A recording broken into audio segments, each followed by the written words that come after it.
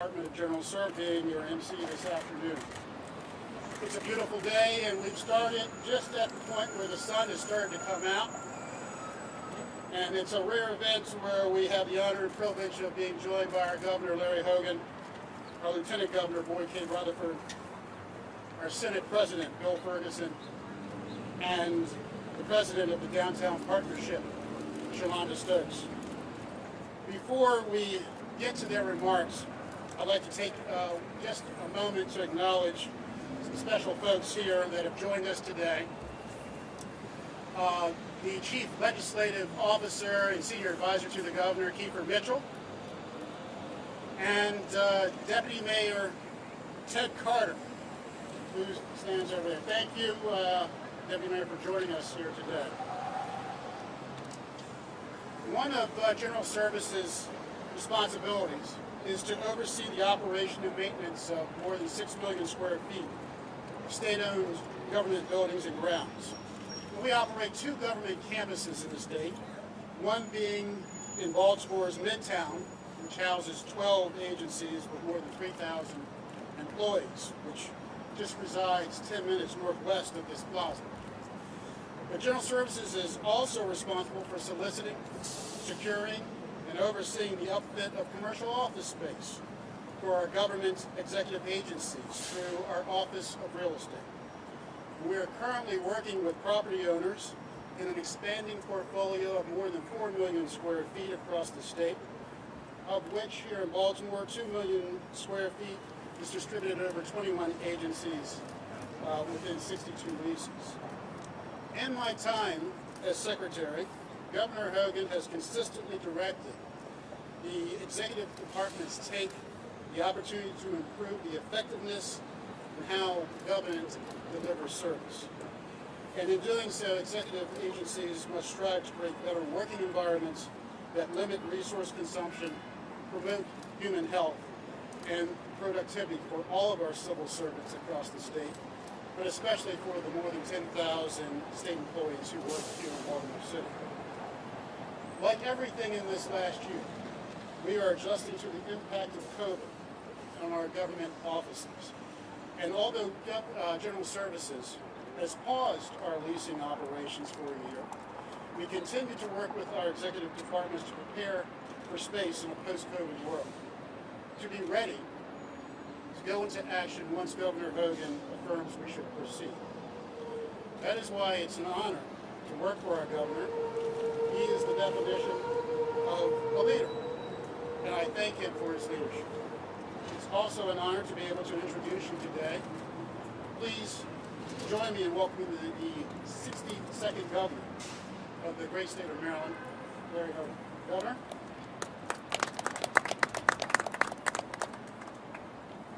Good afternoon, everybody. Thank you, Mr. Secretary. I want to thank Lieutenant Governor Rutherford, Senate President Bill Ferguson, and the President of the Downtown Partnership, Shalonda Stokes, for joining us here at McKeldin Plaza for this important announcement. Over the last 4 months, we've been laser focused on putting shots into arms. Today, we are here to talk about a shot in the arm for the recovery and revitalization of downtown Baltimore. A strong Maryland depends on a strong Baltimore City, which is why the entire state government has been working hard to improve the city. With Project Core, we have removed more than 4,500 units of blight and leveraged over $1.9 billion in public and private sector investment in community redevelopment projects. We've invested $9 billion in direct state aid to Baltimore City, provided over $1.3 billion for public safety and crime control efforts, invested $4.7 billion in Baltimore City transportation projects, which is far more than any other jurisdiction in the state. We provided record funding for city schools 7 years in a row, and historic $8.6 billion for K-12 education in the city of Baltimore. In fact, no administration in Maryland history has ever invested more in Baltimore City. Over the past year, as the Secretary said, the COVID-19 pandemic has taken a devastating toll on the national, state, and local economies. Fortunately, Maryland's economy is recovering at a much faster pace than the nation and most other states.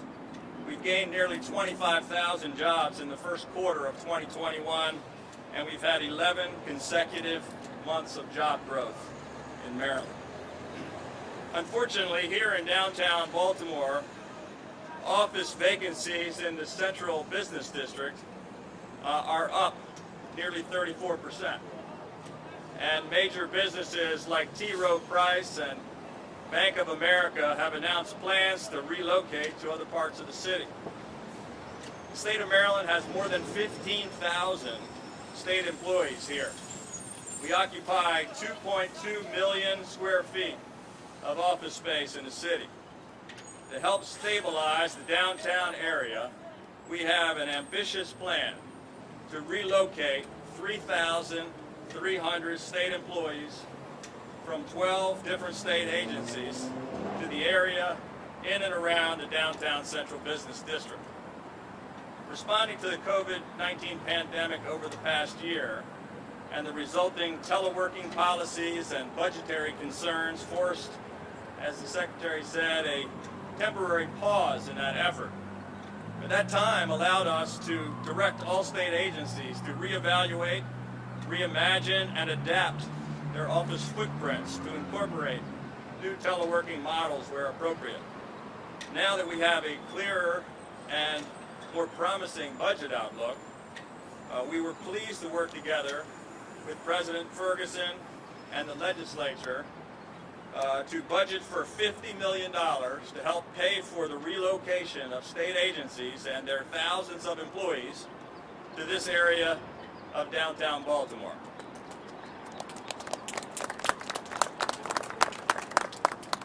We're very pleased to begin that process today with the issuance of an RFP for the relocation of the Maryland Department of Human Services headquarters to the downtown central business district. DHS is the state's primary social services provider, serving over 1 million Marylanders every year. Moving the department and its more than 700 employees into 105,000 square feet of office space in downtown is an important first step in the recovery of the central business district. Today, we are also announcing that the Maryland Department of Health, with its nearly 1,200 employees, will also be relocating to the downtown central business district and will be the next agency to come. These two agencies, I don't want to step on the applause line from the Senate President.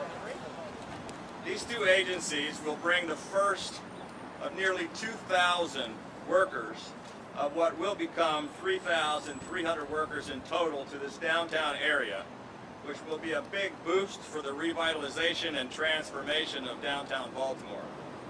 I want to thank Secretary Ellington Churchill and his team at the Department of General Services for leading this relocation effort, along with Secretary Padilla at DHS and Secretary Schrader at MDH.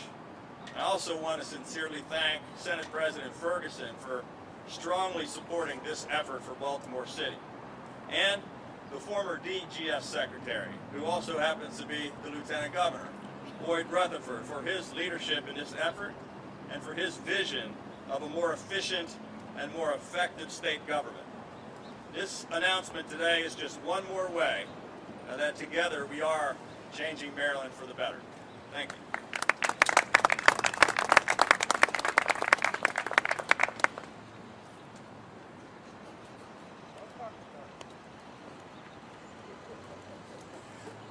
Thank you, Governor.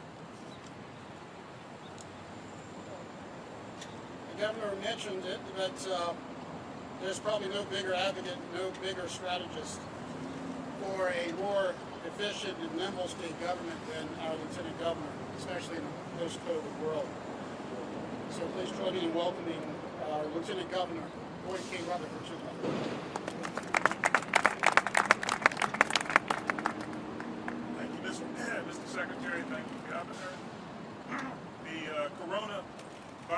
pandemic changed how we go about our everyday lives in ways that we could not have imagined before. The last time the state and the country faced the pandemic was in 1918. Now, Big Mike, I don't know if you were around at that time, but that was during, I don't think so. That was during the administration of Harrington. And years prior to the first modernization of state government that began under Albert Rich, to protect the safety of state employees and the public, we were able to shift a significant portion of the workforce to remote activities in 2020. At the same time, the state workforce was able to keep pace with the demands of their daily jobs and keep the state's functions running effectively. You know, our bustling offices in our city center had changed. It changed from bustling downtown to being at home offices and Zoom meetings. The pandemic forced us all to rethink and reimagine state government operations and the needs of our workforce in ways that fit the demands and the conditions of our current reality as well as our future. Last summer, we began evaluating our space needs and telework requirements in light of this once-in-a-lifetime pandemic. I directed cabinet secretaries with the guidance of the Department of General Services to evaluate their future workforce needs in light of our expanded use of telework and what their post-pandemic space needs would look like based on the new telework policy. The pandemic has shown us two things. First, in order to compete and attract workers and create a viable and effective state workforce going forward, we need to offer modern, functional, adaptable workspace and options to match the flexibility that is emerging in the private sector. This pandemic era has shifted many private companies to move a large portion of their workforce to remote work, and some permanently. Currently, 47% of our employees were able to telework during the pandemic emergency. Second, the size and scale of the offices we utilize now may not be necessary going forward.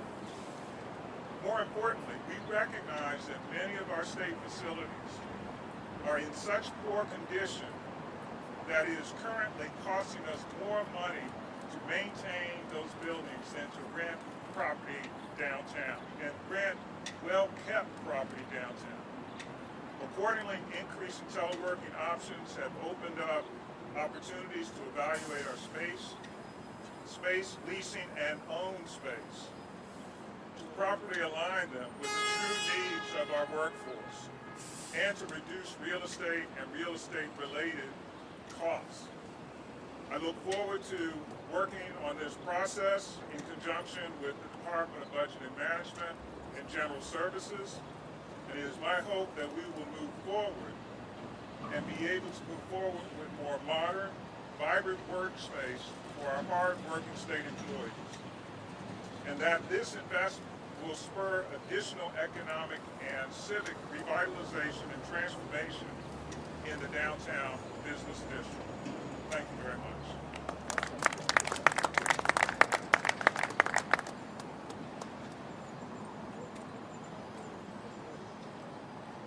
Thank you, Lieutenant Governor Rutherford.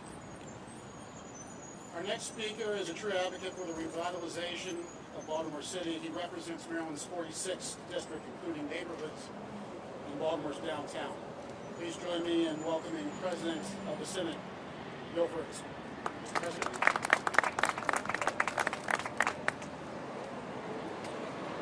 Good afternoon. You know, I'll just start with a little of an aside. I've been to a number of press conferences, but this was the first one that I realized that, Mr. Secretary, that the Lieutenant Governor, of course, was the former Secretary of DJS, and I just realized what it's going to be an interesting feeling looking over your shoulder at all times, having it's an interesting dynamic that I just now picked up on. But look, it has led to today. And so obviously, not only is it is working well. I'm so thankful to the Secretary, to the Lieutenant Governor who knows these issues, and most importantly to the Governor for stepping up at a time where our city and our region needed it most. I want to tell a quick story of how I think we got to this place.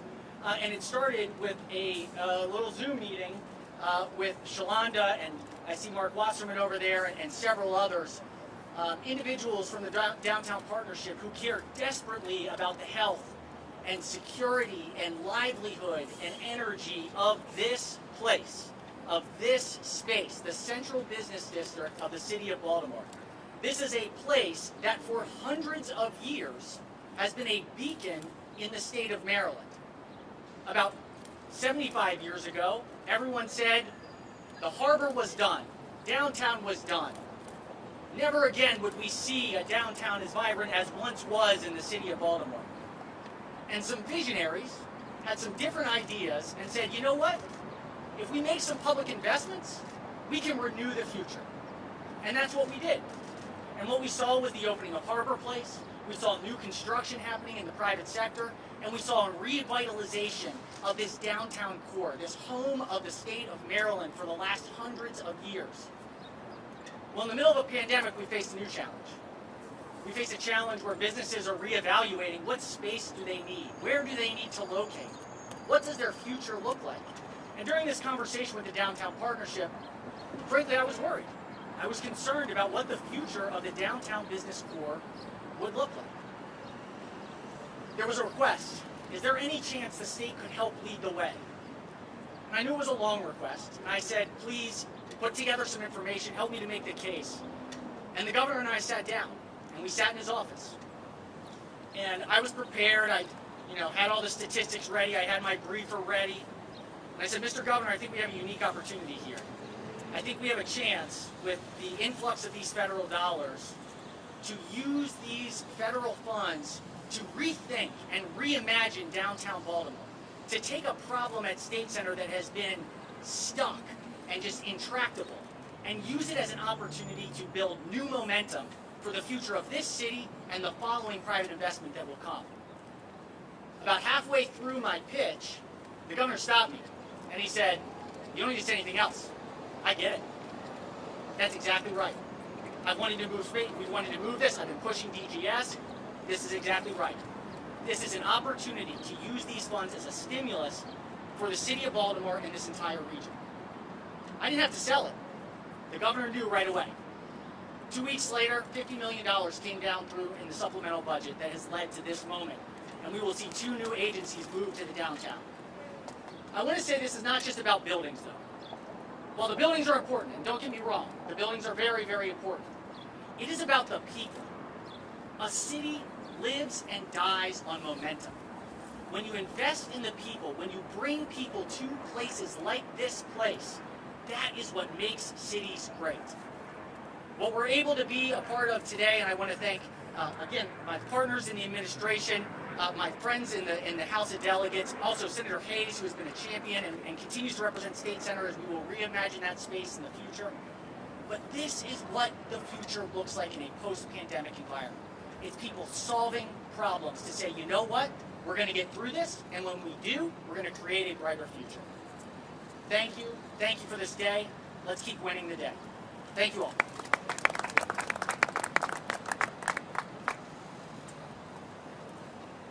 Thank you, President Ferguson, and I also thank the administration and the General Assembly for the $50 million that will assist with this process and move out.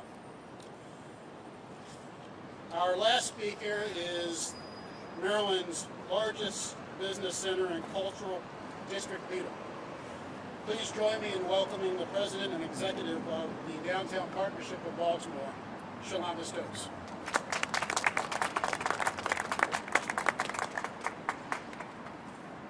Thank you, Secretary Churchill.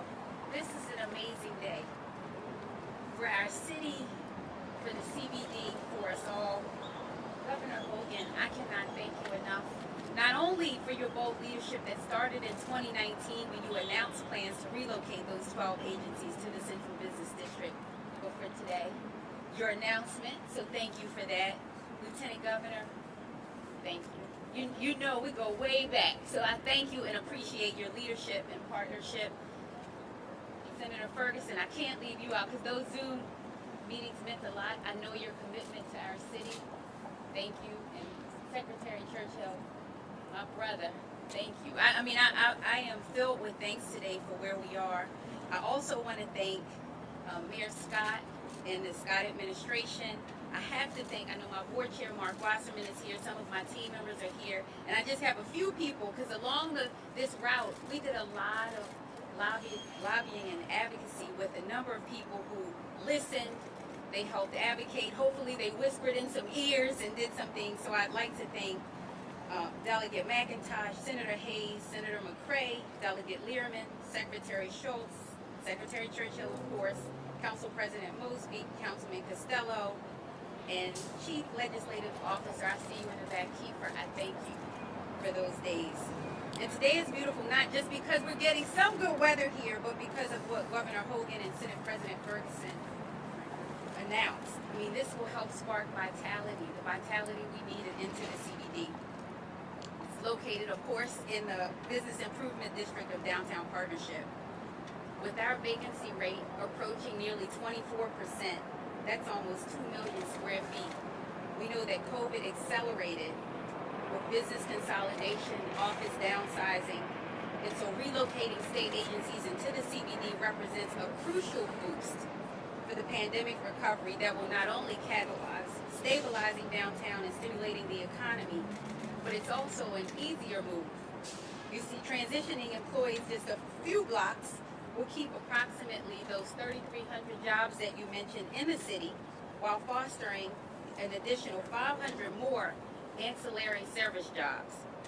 And as you mentioned, Senate President, those aren't just numbers, those are people. Those are citizens, those are families who are positively impacting and pouring into our city. Relocating state agencies into the CBD will create an integrated, transit-rich, walkable complex with nearby amenities for state employees. And they'll be in good company with other agencies nearby. We have the University of Maryland Medical and Educational Systems, the MTA, Human Resources, the Stadium Authority, and the Department of Commerce. In partnership with the Mayor Scott's administration, the Baltimore Police Department, the Baltimore City School Police, and other state and federal public stakeholders, we're committed to increasing public safety. We hear you. We recognize this.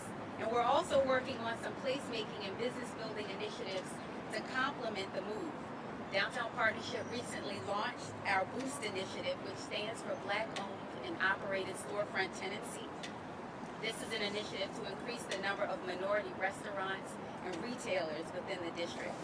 We're also reimagining the CBD. We're doing new branding, more intentional placemaking, and transforming unused or underused spaces like alleys and lots to create them as gathering spaces with light and color and more community. Bottom line, we value the commitment and partnership of the states.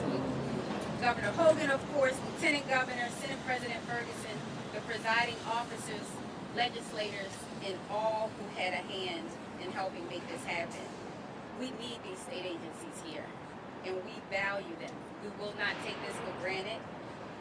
We recognize there's no other area like the CBD in the state, and so this is an opportunity for the state, the city, and the business community to work together towards creating a safe, walkable, campus-like environment filled with nearby art, culture, healthcare, tourism, restaurants, and entertainment. Amenities for all of our state employees right here in the heart of our city. Thank you so much.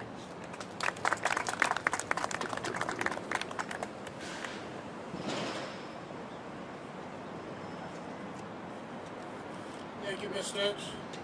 And I do want to thank the governor and our lieutenant governor and President Ferguson for joining us here today and for their remarks. Before closing, it would be remiss not to mention how you can access these important solicitations for commercial office space. So there are a number of ways that interested commercial office owners and brokers can find the solicitations that are out now and will be out in the future. As we mentioned, the Department of Human Services is out presently. Those that are interested should go to our state website, eMaryland Marketplace Advantage. eMaryland Marketplace Advantage, otherwise known as EMA. You can access the site through 3 different ways: by going to the General Services website, dgs.maryland.gov, and then clicking on the procurement node. You can also go to our website for the Office of State Procurement, and that's procurement.maryland.gov.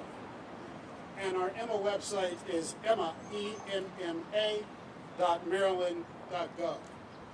Interested vendors, stakeholders, brokers should register on the eMaryland Marketplace Advantage website to get access to learn of this solicitation and others that are coming in the future. So that ends our announcement for today, and I thank everyone for attending. Thank you.